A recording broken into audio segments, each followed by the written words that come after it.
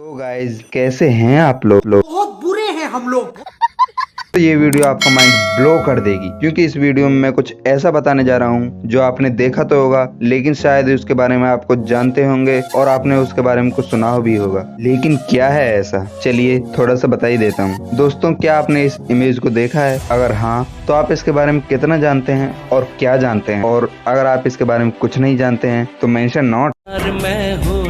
सिर्फ यही नहीं, हम ऐसे 10 प्लेसेस के बारे में जानेंगे जो लोगों ने गूगल मैप्स के जरिए ढूंढते लिए हैं लेकिन शायद ही उनके बारे में कुछ जानते हैं। तो ज्यादा टाइम का वेस्ट ना करते हुए चलिए शुरू करते हैं इस वीडियो को with 10 mysterious places on this earth founded at Google Maps. 10 the giant snake. दोस्तों ये देखिए।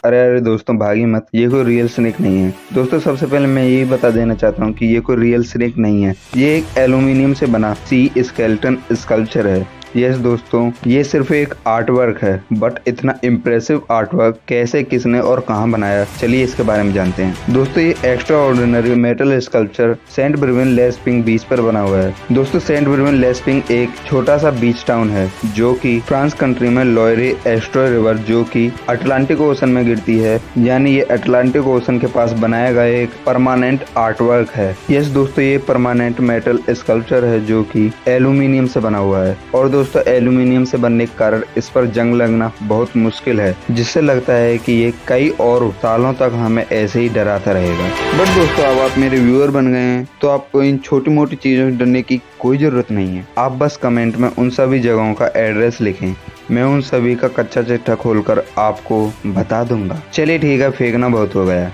Now let's talk about who created this immersive ocean art work. दोस्तों चलिए अब जानते हैं कि इस शानदार ओशन आर्ट वर्क को कब और किसने और क्यों बनाया था। दोस्तों इस आर्ट वर्क को हैंग योंग पिंग ने, जो कि एक चाइनीज आर्टिस्ट हैं, उन्होंने फ्रांस के ले वोएगे ए 90s फेस्टिवल के लिए इसे 2012 में बनाकर तैयार किया गया था। दोस्तों ये 426 फीट यानी 130 मीटर लंबा एक स्नेक स्केलेटन स्कल्पचर है। दोस्तों ये तो जान लिया कि ये कब, किसने और कहां बनाया था, लेकिन ये क्यों बनाया गया था। दोस्तों ये एनवायरमेंटल प्रोटेक्शन को दर्शाने के लिए बनाया गया है। दोस्तों ये यह बताता है कि हम इंसान जीवों को किस तरह नष्ट करते जा रहे हैं। दोस्तों जैसा कि आप देख ही सकते हैं कि इस स्केलेटन पर सिर्फ हड्डियां हैं और कुछ नहीं, मांस नहीं है। ये यही दर्शाता है कि हम इंसान जीवों को खत्म करते जा रहे हैं। तो माना कि ये एनवायरमेंटल प्रोटेक्शन के लिए बना गया है, बट यार इतना भयंकर आर्ट वर्क कौन बनाता है। मेरी एक पल के लिए सांस थम गई थी, मुझे लगा टाइटेनोबोआ वापस आ गया है। As you know titanoboa was the biggest and strongest snake ever. दोस्तों ये चाइनीज माइथोलॉजी से लिया गया है, यानी ये चाइनीज पौराणिक कथाओं से लिया गया है, यानी ड्रैगन से। दोस्तों ये एक चाइनीज माल है, मुझे तो लगा नहीं था कि ये इतना लंबा टिक पाएगा, बट ये आज भी वैसा का वैसा ही बना हुआ है। Number 9 the sleeping lady. दोस्तों मैं यकीन से कह सकता हूँ कि आप में से 90% लोगों ने ये पिक जरूर देखी होगी। दोस्तों ये पिक एक बहुत ही औसम पिक है और दोस्तों इस पिक के लिए क्लेम किया गया है कि ये पिक अलास्का यूएसए में माउंट सुसेतना को डिपिक्ट की गई है, जो कि अलास्का प्रिंस का एक भाग है। बट दोस्तों ये पिक रियल है या फेक, चलिए जानते हैं। दोस्तों ये पिक अलास्का के माउंट सुसेतना को डिपिक्ट करती है और दोस्तों ये पिक डिजिटली क्रिएटेड है, ये कोई रियल पिक नहीं है। बट दोस्तों ये पिक बनाई किसने है, चलिए इसे भी जानते हैं। दोस्तों ये पिक एक डिजिटल आर्टिस्ट जीन मिशेल विहोरल ने माउंट सुसेतना को डिपिक्ट करने के लिए और उसकी पॉपुलैरिटी को बढ़ाने के लिए ये पिक बनाई है। ये पिक सबसे पहली बार www.behance.net पर पोस्ट की गई थी। तो वेबसाइट पर ये फोटो विंटर स्लीप के नाम से पोस्ट की गई थी, बट दोस्तों आजकल ये द स्लीपिंग लेडी के नाम से ज्यादा फेमस है। और दोस्तों इसकी फर्स्ट एक्सक्लूसिव वीडियो क्लिप विहोरल जीन मिशेल चैनल पर 5 सेकंड की वीडियो क्लिप पोस्ट की गई थी। वैसे दोस्तों आप बताइए कि इस पिक में और इस माउंटेन में आपको कोई सिमिलरिटी नजर आती है या नहीं। अपना जवाब कमेंट्स में लिखिए। दोस्तों घोड़े की सवारी करना चाहोगे तो पेश है आपके लिए number 8 the amazing white horse. दोस्तों ये देखिए, बट अगर आप इसे एलियन से जोड़ने की कोशिश करते हैं तो अपनी कोशिश बंद कीजिए, क्योंकि इसका एलियन से कुछ भी नाता नहीं है। दोस्तों ये फिगर अभी की नहीं है, ये फिगर 1808 की है। दोस्तों ये फिगर इंग्लैंड के साउथ वेस्ट में डोरसेट नामक कंट्री में वे माउथ नाम के एक टाउन में ऑस्मिंगटन विलेज के ऑस्मिंगटन हिल पर बनी हुई है।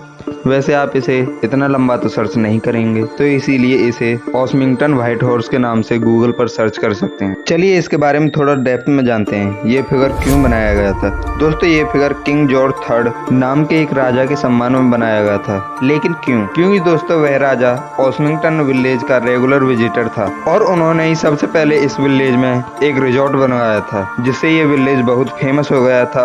और इसी के सम्मान के लिए साल 1808 में जॉन रेनियर और जेम्स हैमिल्टन नाम के एक लोकल आर्किटेक्ट ने इस फिगर को बनाया था। और दोस्तों 11 मार्च 2012 को इसे वापस से रेनोवेट करके दुनिया के सामने लाया गया। दोस्तों ये फिगर किसी फ्लैट सरफेस पर नहीं बनाई गई है, ये फिगर एक हिल फिगर है, यानी ये एक पहाड़ पर बनाई गई है। दोस्तों ये फिगर 85 मीटर लंबा और 98 मीटर ऊंचा है। और दोस्तों ये फिगर 4 माइल की दूरी से भी देखा जा सकता है। दोस्तों अगर आप यहाँ जाना चाहते हैं और इसका परफेक्ट व्यू लेना चाहते हैं तो दोस्तों ऑस्मिंगटन में A353 रोड से इसका बेस्ट व्यू दिखता है।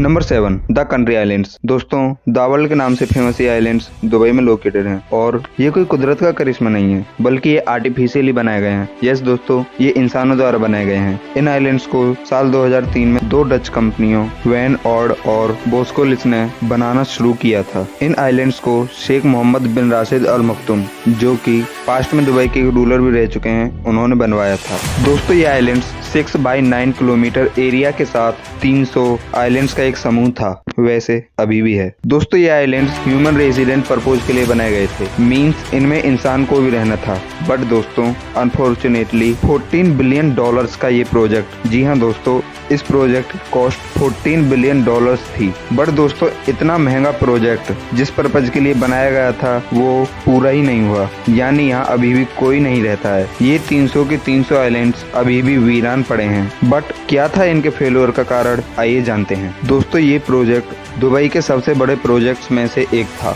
और इसीलिए दोस्तों इस प्रोजेक्ट के लिए बहुत सारा मनी भी चाहिए था। तो इसका पहला कारण मनी से ही रिलेटेड है। दोस्तों 2008 में आए ग्लोबल फाइनेंशियल क्राइसिस के कारण दुबई के पास इतना पैसा नहीं बचा था कि वो इन आइलैंड्स के कंस्ट्रक्शन को पूरा कर सके और इसीलिए साल 2009 के बाद इन आइलैंड्स को पूरा नहीं किया गया। और दोस्तों दूसरा सबसे बड़ा कारण था लोकेशन। दोस्तों ये आइलैंड्स जिस लोकेशन पर बनाए गए थे वो मेनलैंड से 2 माइल की दूरी पर थे, यानी 3.2 किलोमीटर दूर, जो कि लगभग समुद्री है। और इसी कारण इन आइलैंड्स को हर दिन हाई टाइड्स का सामना करना पड़ता था और जिस कारण अगर यहाँ लोग रहते तो उन्हें भी हाई टाइड्स का सामना करना पड़ता और उन्हें यहाँ रहने में बहुत ज्यादा मुश्किलों का सामना पड़ता। और दोस्तों एक और सबसे बड़ा कारण था इलेक्ट्रिसिटी का ना होना। दोस्तों क्योंकि ये मेनलैंड से इतनी दूर थे तो यहाँ पर इलेक्ट्रिसिटी पहुँचाना बहुत ज्यादा मुश्किल था। और वैसे अगर हम तीसरे कारण की बात करें तो वो इग्नोर भी किया जा सकता है क्योंकि ये इतना बड़ा कारण नहीं है, बट फिर भी दोस्तों हम बता देना चाहते हैं। दोस्तों इन आइलैंड्स के फेल होने का तीसरा सबसे बड़ा कारण था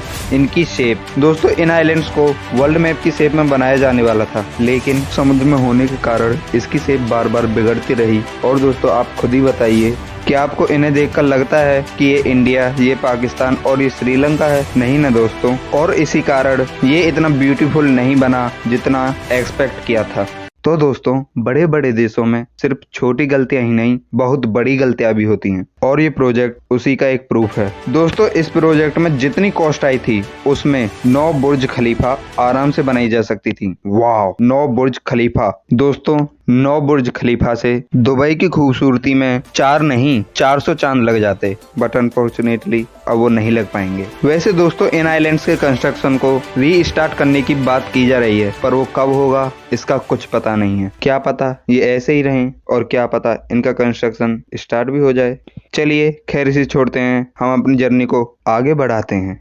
नंबर 6 द सर्न अब्बास जाइंट। दोस्तों ये कोई एलियन की फोटो नहीं है, बल्कि ये एक न्यूड इंसान की फोटो है जिसे द सर्न अब्बास जाइंट के नाम से जाना जाता है। यस दोस्तों, ये एक न्यूड इंसान है, यानी नंगा इंसान, जिसके हाथ में एक क्लब स्टिक है। दोस्तों ये इंग्लैंड के डोरसेट में सर्न अब्बास नामक एक जगह पर लोकेटेड है। और दोस्तों अगर इसकी हिस्ट्री के बारे में बात करें तो दोस्तों इसके बारे में कोई भी हिस्ट्री नहीं है। यस दोस्तों, इसे किसने, कब कब, क्यों और कैसे बनाया इसके बारे में कोई भी जानकारी नहीं है। बट कुछ लोगों का मानना है कि ये 17th सेंचुरी में बनाया गया है और कुछ लोगों का मानना है कि ये 7th सेंचुरी यानी 700 ईस्वी से 1100 ईस्वी के बीच बनाया गया है। साथ ही कुछ लोगों का मानना है कि इसे लॉर्ड हॉलिस नाम के एक राजा ने बनवाया था। दोस्तों ये एक हिल फिगर है और अगर आप हिल फिगर नहीं जानते तो ये पहाड़ों पर बनाई गई आकृतियां होती हैं। दोस्तों ये फिगर 55 मीटर ऊंचा, 51 मीटर वाइड और